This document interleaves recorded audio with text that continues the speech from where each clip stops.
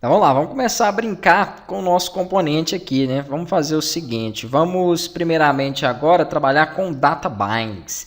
Eles são bem interessantes aqui para dentro do projeto. Vem aqui, ó, deixa eu fechar aqui, vamos trabalhar por enquanto com alguns arquivos só abertos, né? Essa estrutura aqui, eu não curto muito a estrutura do Visual Studio Code porque ele limita bastante a página da gente aqui para trabalhar. Mas vamos lá. Aqui eu vou abrir o meu component HTML, tá? E o meu component na classe, que é o TS.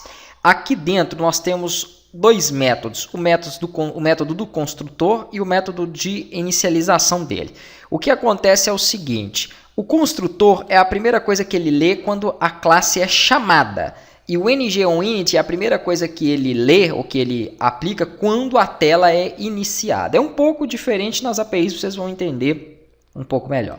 O que importa é que antes do construtor, geralmente, nós colocamos algumas variáveis que vão ser utilizadas dentro do projeto, beleza? Eu vou criar uma variável aqui, nome, do tipo string. E aqui dentro eu vou trabalhar com o seguinte, né? Vamos colocar aqui dentro da inicialização que nome recebe, pronto, o meu nome aqui, beleza, ok.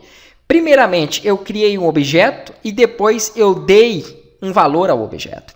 Só que o Angular ele não aceita, tá, que você coloque somente o nome da variável se essa variável não estiver declarada dentro do mesmo método. Se ela tivesse sido declarada aqui dentro, tudo bem, ele aceitaria eu trabalhar com o nome. Tá? Aqui é porque ele não vai deixar eu declarar ela dessa forma aqui, mas vamos supor que fosse um objeto que fosse passado entre parênteses aqui, por parâmetro em uma função ou algo do tipo. Mas, como ela está fora com referência externa, eu tenho que dar um this, para que ele entenda que ela faz parte desse arquivo, dessa classe. Beleza? Então, ela não faz parte desse método, mas faz parte dessa classe. Então, toda vez que tiver o this, é para dar uma referência externa ao método e não externa à classe. Tem como também, mas aí já entra variável privada, pública, que nós vamos ver mais para frente. Então, vamos lá.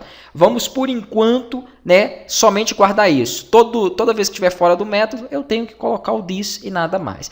Como que eu mostro isso em tela? Vocês já sabem que eu tinha um exemplo lá antes, né, no primeiro arquivo disso. Eu tenho que interpolar ele, utilizar o chamado data binding. Então eu venho aqui e coloco nome. Se eu coloco o nome, automaticamente ele tem que reconhecer essa informação para mim. Está aqui aquele nome, né, ou aquele valor que foi atribuído àquela variável. É muito comum que esses valores eles sofram alterações por meio de algum elemento ou algo dentro da página. Vou digitar de input, pressionar tab para que ele possa criar o campo de input text. Né? E aqui vem alguns parâmetros, tá? Como o próprio parâmetro input. Se eu tiver que passar algum valor para o meu campo, como por exemplo uma variável, né, ou um objeto, eu coloco input igual e aqui eu insiro o nome dele. O nome dessa variável é nome. Ah, mas eu preciso passar interpolado? Não. De forma alguma, dentro de um campo, de uma propriedade, tá, que esteja referenciando, eu posso passar com a interpolação. Então eu não passo,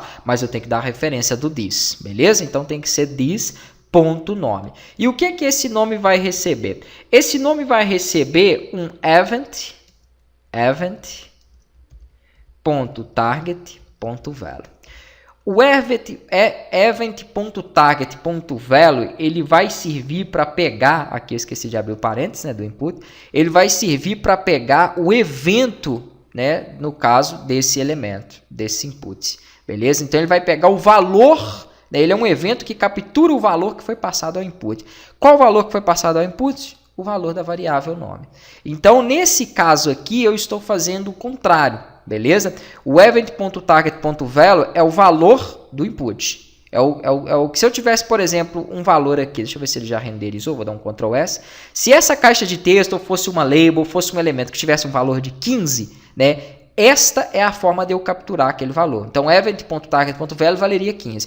O que eu falei é que eu vou passar para a variável do nome o valor da caixa de texto.